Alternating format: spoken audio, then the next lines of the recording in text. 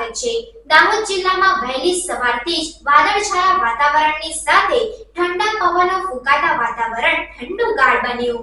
દાહોદ જિલ્લામાં વહેલી સવારથી જ વાદળછાયા વાતાવરણની સાથે ઠંડા પવનો ફૂંકાતા વાતાવરણ ઠંડુગાર બન્યું હતું, જેને લઈને રોડ પર ગાઢ ધુમ્મસ છવાયું હતું। ગાઢ ધુમ્મસના લીધે વિઝિબિલિટી ઓછી થતા વાહન ચાલકોને મુશ્કેલીઓનો સામનો કરવો પડી રહ્યો છે।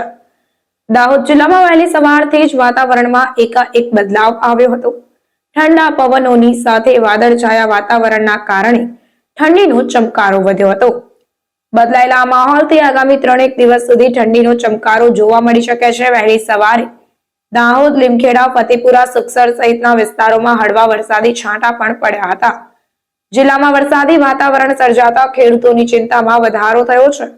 દાહોદ જિલ્લા મહત્તમ તાપમાન 24 ડિગ્રી અને લઘુત્તમ 14 ડિગ્રી સેલ્સિયસ હોવાનું જાણવા મળી રહ્યું છે।